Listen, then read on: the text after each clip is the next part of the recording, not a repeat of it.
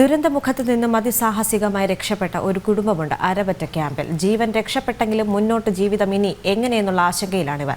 ഞെട്ടലോടെ അന്നത്തെ ദിവസം ഓർത്തെടുക്കുകയാണ് സന്തോഷും പിതാവ് തങ്കപ്പനും. ഞാൻ ജോലി കഴിഞ്ഞ് പോയിരുന്നു. രാത്രി ഒരു 9 മണിയാകുമ്പോൾ ജോലി കഴിഞ്ഞ് വീട്ടിൽ പോയി. അപ്പം നല്ല മഴയായിരുന്നു. നല്ല മഴ. അപ്പം മക്കൾ കൊലയിലെ കിടക്കില്ല, അച്ഛൻ്റെ റൂമിലെ കിടക്കില്ല. അങ്ങനെ ഒരു മണിയാകുമ്പോൾ ഞാൻ അന്ന് ഉറക്കമില്ല. എനിക്ക് ഉറക്കം പറഞ്ഞ് സാധാരണ നല്ല ഉറങ്ങണതാണ്. അന്ന് എനിക്കെന്തൊരു ഉറക്കം തോന്നിയില്ല. അങ്ങനെ 1 മണിയാകുമ്പോൾ മോട് പറഞ്ഞ് വാതിലും കൊട്ടി, അച്ഛാ എന്തോ അച്ഛാർട്ട് വാതിൽ തുറന്നു. ഞാനപ്പോൾ എന്താ പറഞ്ഞിട്ട് വേഗം വാതിൽ തുറക്കലും വലിയൊരു മരം വന്നിട്ട് ഇവർ അകത്ത് കയറി. 3 ആളും അകത്ത് ഞാൻ കയറ്റിയോണ്ട് വലിയൊരു മരം വന്നിട്ട് ഇടിച്ചതിൽ സൈഡ് മൊത്തം പോയി. പിന്നെ ഫുള്ള് ചളികളും മരങ്ങളെല്ലാം ഫുള്ള് ഇതായി ചളികളായിട്ട്. അപ്പോൾ ഞങ്ങൾ ഫുൾ ചളീൻ്റെ ഉള്ളിലായിപ്പോയി. ഞങ്ങൾ 3 ആൾ.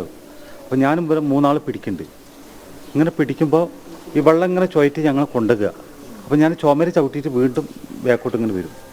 അങ്ങനെ 1 മണിക്കൂർ ഇങ്ങനെ ചളിയിൽ തന്നെ ഇവർ മുങ്ങാ പൊന്തും. അപ്പം ഞാൻ ഇവരിങ്ങനെ പൊക്കും. പിന്നെ അതേപോലെ ലാസ്റ്റ് എന്ത് ചെയ്യുക, ഒരു തിണ്ടുണ്ട് ബാത്റൂമിൻ്റെ.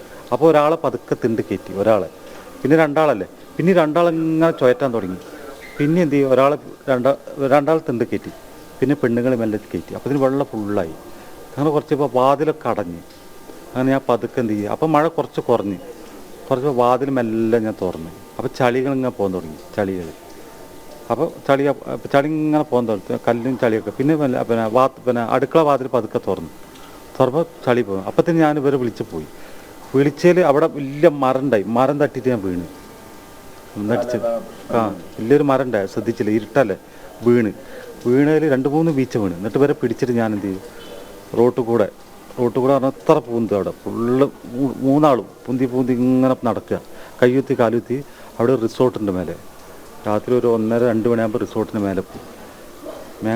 ഏറ്റവും മേലെ പോയപ്പോൾ അങ്ങനെ മേലെ പോയി നിന്നപ്പോൾ കുറച്ച് പിന്നെ 2ാമത്തെ പൊട്ട് വന്നു. അപ്പോൾ ഞങ്ങൾ മേലെ നിന്ന് ലൈവായിട്ട് കാണിയിരുന്നു. അതാണ് ഭയങ്കര കഷ്ടപ്പാട്. വീട്ടിലത്തെ എല്ലാ സാധനം പോയി, എല്ലാ രേഖകളും, ലൈസൻസും, RC, 2 വണ്ടി ഉണ്ടായി, 2 വണ്ടിയും പോയി, എല്ലാം പോയി. വീട് മൊത്തം പോയി. ഇത്രയും കാലം സമ്പാദിച്ചെല്ലാം പോയി, ഒന്നുമില്ല. കാരണം ഇപ്പോൾ കാല് പൊട്ടി. 2-3 മാസം റെസ്റ്റ് എടുക്കാൻ പറഞ്ഞു. ചുറ്റുവട്ടത്തിൽ എല്ലാവരും ഓടി. പക്ഷേ നമ്മൾ വീടിൻ്റെ അടുത്ത സുദേവൻ, അവരുടെ വീടിൻ്റെ തൊട്ടടുത്താണ്. ഞങ്ങൾ പോകുമ്പോണ്ട് അവരെ ഓടിയൊക്കെ കിടക്കണേ. ചേച്ചിയൊക്കെ ഇങ്ങനെ വിളിക്കുന്നുണ്ട്, പിടിക്കുക. അപ്പം നമുക്ക് പിടിക്കാൻ പറ്റില്ലല്ലോ. കുറച്ച് കഴിഞ്ഞപ്പോൾ 2ാമത്തെ ഇതിൽ അവരൊക്കെ പോയി. ഞാൻ കറക്റ്റ് രാത്രി പോകുമ്പോൾ അവരെ കണ്ടു. ഞാൻ ബോഡി കിടക്കുന്ന ഓരോരുത്തരിങ്ങനെ കിടക്കണൊക്കെ ഞാൻ കണ്ട്. അപ്പോൾ കുറച്ച് മഴ കുറവുണ്ട്. അപ്പോൾ ഞാനെന്താ വിറ്റകൾ പിടിക്കണോ വെച്ചിട്ടേ, ചേച്ചി മോനെ എന്നെ പിടിക്കുന്നൊക്കെ പറയുന്നുണ്ട്. അപ്പോൾ ഞങ്ങൾ മേലെ പോയത് 2ാമത്തെ വരവിന് ഈ ബോഡിയൊക്കെ പോയി. ശരിക്കും കണ്ടു ഞാൻ അവരൊക്കെ രാത്രി. പിന്നെ ഇവർ കരച്ചിലും, കുട്ടികളും ഫുൾ കരച്ചിലും പിടിച്ചിലായിട്ട് ഭയങ്കര പിറ്റേ ദിവസമാണ് ഞങ്ങൾ മേപ്പാടി എത്തി. അതുവരെ കാലം അനക്കാൻ പറ്റില്ല, എല്ലാം പ്രശ്നമായി. എല്ലാ കാലത്തൊക്കെ ഇതൊക്കെ വീണിട്ട് കണ്ട എപ്പോഴും വേന വിട്ടില്ല. ഇതൊക്കെ എല്ലാം സംഭവം. ഫോണ് മൊത്തം പോയി. എന്ന് കുട്ടികൾ കാലിൽ 2 ആൾ ഡിഗ്രി പഠിക്കാൻ. കുട്ടികളെ കാലിൽ ഇതേപോലെ തന്നെ സംഭവം വീണിട്ട് വേറെ ഒന്നും പറ്റില്ല. ഞാൻ കഴിച്ചിലാക്കി എടുത്ത്. പക്ഷെ കഴിച്ചിലാക്കാൻ പറ്റിയ അമ്മനെയും പെങ്ങളെയും കഴിച്ചിലാക്കാൻ പറ്റിയില്ല. അത് ചൂരമ്മല ആയിരുന്നു ഇവർ, പെങ്ങളെ വീട്ടിൽ. അച്ഛൻ പറയും ആരും പറഞ്ഞില്ല. സാധാരണ പറയുന്നതാണ് സംഭവം. എല്ലാവരും ഒഴിവാക്കാൻ പറയും. പക്ഷേ ഇതുവരെ ആരും പറഞ്ഞു കേട്ടില്ല സംഭവം. അവിടെ സാധാരണ എല്ലാവരും വന്നിട്ട് വണ്ടിയിൽ എല്ലാവരും കൊണ്ടുപോകലാണ്. പക്ഷേ ഈ പ്രാവശ്യം ഒന്നും പറഞ്ഞു കേട്ടില്ല. ഞങ്ങൾ ടൗണിലാണ് താമസിക്കുന്നത്. ഇനിങ്ങനെ ടോപ്പുള്ള ആൾക്കാർ വരെ അവിടെ നിൽക്കുന്നുണ്ട്. അവരൊക്കെ പോകുമ്പോഴാണ് ഞങ്ങൾ പോവുക. പക്ഷെ ആരും മേലെന്ന് ആരും പോയിട്ടില്ല, ആരോട് പറഞ്ഞിട്ടുമില്ല. അതാണ് മെയിൻ പ്രശ്നം. എല്ലാവരും വിചാരിച്ചു ഇത് പിന്നെ കഴിഞ്ഞെല്ലാം പൊട്ടുമല്ലോ, ആ ഡേറ്റിനായിരിക്കും പൊട്ടുന്നുള്ള എല്ലാവരും ഉദ്ദേശം. അതാണ് എല്ലാവരും വിചാരിച്ച സംഭവം. പക്ഷെ ഇതെൻ്റെ മുന്നേ വന്നുപോയി. ഭയങ്കര പൊട്ട ഞാൻ ശരിക്കും കണ്ടാണ്. 2ാമത്തെ പൊട്ട ഞാൻ മേലിന് ശരിക്കും കാണുന്നുണ്ട്. മരങ്ങൾ പൊലിച്ചു പോവുക, വലിയ വലിയ പാറകൾ വരിക. ഭയങ്കര വിറച്ചു പോയി സംഭവം ശരീരം. ഞാനൊരു മരണത്തിൽ നിന്ന് രക്ഷപ്പെട്ട. ഞാൻ ഒന്ന് കറക്റ്റ് പിടിച്ചില്ലെങ്കിൽ ഞാൻ നേരെ പോയിണ്ടാവും. വീട് മൊത്തം ദഹിച്ചു പോയി. മൊത്തം ചളികളും വലിയ വീട്ടിൽ കഷ്ണമൊക്കെ വന്നിട്ട് അടിക്കുക സംഭവം. ഫുള്ളായി സംഭവം. ഇവരിങ്ങനെ മുങ്ങാണ് സംഭവം. മുങ്ങുമ്പോൾ ഞാൻ പൊക്കുക, പിന്നെ താകുക പൊക്ക് അങ്ങനെ വളച്ചിട്ട് വിട്ടുക 5-6 വട്ടം ഇതൊരു ഭാഗത്തിൽ രക്ഷപ്പെട്ടിട്ടുണ്ട്. ഇപ്പോഴും ആ പേടി മനസ്സിൽ നിന്ന് പോയില്ല. ഇപ്പോഴും ഭയങ്കര ഇത് ഇപ്പോഴും ആ മനസ്സിൽ കാണുന്നുണ്ട്. രാത്രി ഉറങ്ങുമ്പോഴൊക്കെ ആ സീൻ ഇങ്ങനെ മനസ്സിലിങ്ങനെ കാണുക. ആകെ പിന്നെ അച്ഛന് ഇതൊക്കെ പോയപ്പോൾ പിന്നെ അച്ഛന് പെങ്ങളെ വീട്ടിലായിരുന്നു. പക്ഷെ അച്ഛനുണ്ടെങ്കിൽ അത് രക്ഷിക്കാൻ പറ്റും. അമ്മയും കുറച്ച് ദിവസം മുമ്പ് വന്നു. എൻ്റെ മരുമകൻ പോയിട്ട് 6-7 മാസമായി, മരിച്ചുപോയി. അപ്പോൾ മകളെ വിട്ട് വന്നു. അവിടെ ആരുമില്ല, നോക്കാൻ വേണ്ടി വന്നതാണ് അവിടെ വന്നിട്ട് കുറച്ച് ദിവസമായി. ഇതേമാതിരി നല്ല മഴയൊക്കെ അല്ലേ, സാധാരണ മാതിരി നിന്ന്. പിന്നെ അതേമാതിരി 29-ാം തീയതി രാത്രിയാണല്ലോ സംഭവം നടന്നത്.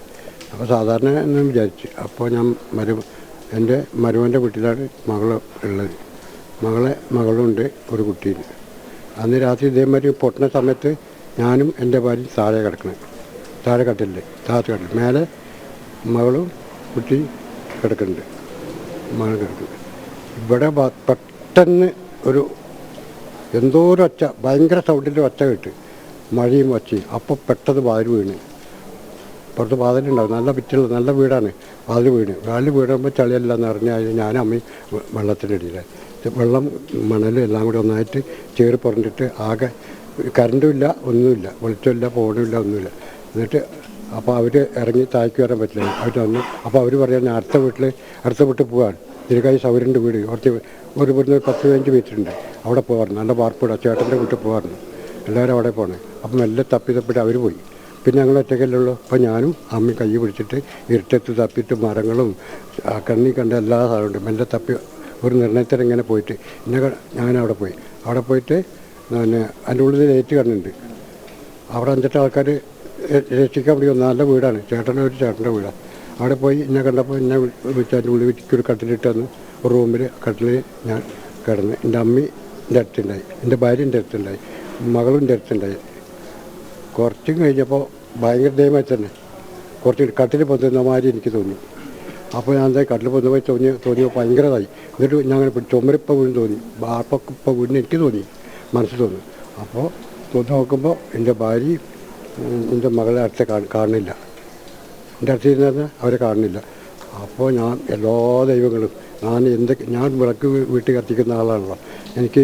അപ്പോൾ ഞാൻ എല്ലാ ദൈവത്തിനും ഉറക്ക വിളിക്കുകയാണ്. എല്ലാ ദൈവത്തിനും ശബരിമല അയ്യപ്പനെ, അങ്ങനെ യേശുവിനെ, ഇങ്ങനെ എന്തൊക്കെ ദൈവങ്ങളുണ്ട് നമുക്ക് അങ്ങനെ ഉറക്ക വിളിച്ചുകൊണ്ടിരിക്കുകയാണ്. വേറെ ഒരു രക്ഷയും കാണുന്നില്ലല്ലോ. അങ്ങനെ പൊന്തിയ മേലെ ദൈവത്തിന് മണ്ണായി. അതിൻ്റെ മുകളിൽ അങ്ങനെ ഇരിക്കുകയാണ്. എൻ്റെ ശരീരത്തിലൊന്നുമില്ല, ഒരു ഡോയർ മാത്രമേ ഉള്ളൂ. അങ്ങനെ ഒച്ചിട്ടിട്ടേ ഇരിക്കുന്നതാണ്. മറ്റുള്ളവർ എഴുതിയ പോലെ നമുക്കറിയില്ല. അതിൻ്റെ കൂടെ കുറച്ച് ആൾക്കാരുണ്ടായി.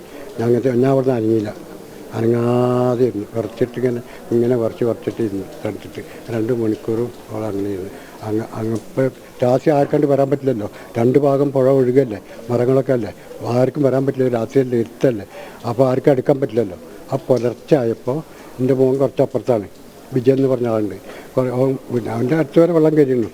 ഓനും വിശ്വസിക്കാനും പറ്റില്ല. പറഞ്ഞ അത്ര ഓൻ എങ്ങനെയും കഴിച്ചതായിട്ട് 5-6 കുണ്ടന്മാരും കൂട്ടിയിട്ട് വന്നപ്പോൾ ഞാൻ അതിൻ്റെ ഉള്ളിലുണ്ടെന്ന് പറഞ്ഞു. അപ്പോൾ ഞാൻ വിചാരിച്ചാൽ അപ്പോൾ വിചാരിച്ചെന്താ ഭാര്യയും എൻ്റെ മകളെ അതിൻ്റെ ഉള്ളിൽ ഉണ്ടെന്ന് ഞാൻ വിചാരിച്ചേക്കുന്നത്. എനിക്ക് മനസ്സിൽ പോയിന്ന് എനിക്കറിയില്ല. ഒരു ഭാഗം തള്ളിപ്പോയതാണ് അവർ. എനിക്കതിനെപ്പറ്റി പിന്നീട് അറിഞ്ഞു. അങ്ങനെ വന്ന് എനിക്ക് പിന്നെ താഴേക്ക് ഇറങ്ങാൻ പറ്റില്ല. ഇത്രയ്ക്ക് ചേറാടി താഴേക്ക് ഇറങ്ങിയാൽ കട്ടിലിൻ്റെ മുകളിൽ പൊഞ്ചിയിട്ട് കുറച്ച് രേഖകളൊക്കെ ഇടായിരുന്നു. അതൊക്കെ അമ്മ അവിടെ വെച്ചായിരുന്നു, എൻ്റെ ഭാര്യ അവിടെ വെച്ചായിരുന്നു. അത് അതൊന്നുമില്ല, ഒരു രേഖയില്ല. അങ്ങനെ ആയിട്ട് രക്കം കണ്ട് 2-3 ആൾ കൂടിയിട്ട് അവിടെ കുറച്ച് പലയെല്ലാം കൊണ്ടുവന്നിട്ട് അതിൻ്റെ മുകളിൽ ചവിട്ടിയിട്ട് അങ്ങനെ താഴേക്ക് ഇറക്കിയിട്ട് അങ്ങനെ തന്നെ ചോളിൽ വെച്ചിട്ട് കൊണ്ടുപോയി. കുറേ ദൂരെ കൊണ്ടുപോയിട്ട് ഒരു വാർപ്പിൻ്റെ മുകളിൽ കയറ്റി വെച്ച് കുറച്ച് നേരം വെക്കാനായി. പിന്നെ അതിൻ്റെ ശേഷം താഴെ ഇറങ്ങിയിട്ട് എടുത്ത് കൊണ്ടുപോകണേ. അപ്പോൾ പെട്ടെന്ന് പാലൊക്കെ അവിടെ ശരിയാക്കി. അങ്ങനെ കുത്തി വരും. ഉദ്യോഗസ്ഥന്മാരൊക്കെ അപ്പോഴേക്ക് വന്നാൽ എല്ലാ ആൾക്കാരും എത്തിച്ചിരുന്നു. 7:30 അല്ല പാലൊക്കെ ഇട്ടിട്ട് എല്ലാം അങ്ങോട്ട് കടത്തിയിട്ട് പിന്നെ മാറി എടുത്തിട്ട് ആംബുലൻസ് കൊണ്ടിട്ട് ഇട്ടിട്ടാണ് മിംസിൽ ആസ്പത്രിക്ക് വന്നത്. ഞാൻ ആസ്പത്രിയിൽ വന്നു. അവിടെ 3 ദിവസം നിന്നിട്ടാണ് പിന്നെ ഇങ്ങോട്ട് വന്നത്. അപ്പോൾ അതാണ്, ആർക്കുമില്ല, ഒന്നുമില്ല. അപ്പോൾ വീടില്ല, കുടുംബമില്ല, ഒന്നുമില്ലാത്ത ഇപ്പോഴത്തെ ജീവിതം എന്താ ചെയ്യുക? ഇവൻ്റെ കാര്യം ഇങ്ങനെ. ഞാനും വീട്ടിൽ വന്ന് കുറച്ച് തന്നെ ഇവനിങ്ങനെ. അതേ സമയത്ത് ഞാനവിടെ ഉണ്ടെങ്കിൽ ഞാൻ പോയിട്ടുണ്ടാവും. ഇതൊക്കെ പോയി എൻ്റെ മേലെ ആകെ ചളിമണ്ണല്ലേ, മൂക്കിലൊക്കെ ചളിമണ്ണ് നിറഞ്ഞായിരുന്നു. പിന്നെ ആസ്പത്രി വന്നിട്ടാണ് അവർ വേറെ ഒന്ന് കുളിപ്പിക്കാൻ വേണ്ടിയിട്ട് ചുടുവെള്ളം ഉണ്ടാക്കിയിട്ട് പറഞ്ഞിട്ട് അത് കുളിച്ച് താഴത്തെ മണ്ണ കളഞ്ഞു. രണ്ടാമത് ഇപ്പോൾ ഇന്നലെ വന്നിട്ട് വീണ്ടും ഒന്ന് കുളിച്ചു ആകുന്നു. അപ്പോൾ ഈ ദൈവത്തിൻ്റെ ഒരു സഹായം കൊണ്ടാണ് അങ്ങനെ ഇതായിപ്പോയി. ഈ 2 ആൾ എന്നെ കൂടെ കൊണ്ടുപോയാൽ മതിയായിരുന്നു തോന്നിയത് ഞാൻ. അവർ പോയില്ലേ, കാര്യപ്പെട്ട ആൾ പോയില്ലേ. ഇനി നോക്കാൻ ആരുള്ളത്? ആ മകളെ അവിടെ ഉണ്ട്. ഒരു കുട്ടിയല്ല, രണ്ടാളല്ലേ. ഇവിടെ എവിടെ പോയിരിക്കണേ? ഒരു കുട്ടിയല്ലേ. ഇപ്പോൾ കാപ്പുംകൊല്ലിയാണ്, ഇവിടെ കാപ്പുംകൊല്ലിയാണ് ഉള്ളത്. ഇനിയിപ്പോൾ അവിടേക്ക് പോകാനിപ്പോൾ ഞാൻ തീരുമാനിക്കുന്നത്. അപ്പോൾ ഇനി എന്തെങ്കിലും ഞങ്ങൾക്ക് എന്തെങ്കിലും കിട്ടിയ സർക്കാരിൽ എന്തെങ്കിലും കിട്ടുകയാണെങ്കിൽ എവിടെയെങ്കിലും ചെറിയൊരു വീടൊക്കെ കെട്ടിയിരിക്കുക. ഇവനും ഇല്ല, ഒന്നുമില്ല, റേഷൻ കാർഡും ഇല്ല, ഒക്കെ പോയി, ഒരു സാധനമില്ല. ഇവനാണെങ്കിൽ റെക്കോർഡോ ഒന്നുമില്ല, ഇവനും ശരിയാക്കണം. അല്ല ആയിക്കോട്ടെ, ഞാൻ പറയാം, ഇങ്ങനെ റെക്കോർഡോ ഇല്ല, ഒന്നുമില്ല. അല്ല പറയുക, എന്തെങ്കിലുമൊക്കെ വേണ്ടേ ഈ കാര്യം പോയി.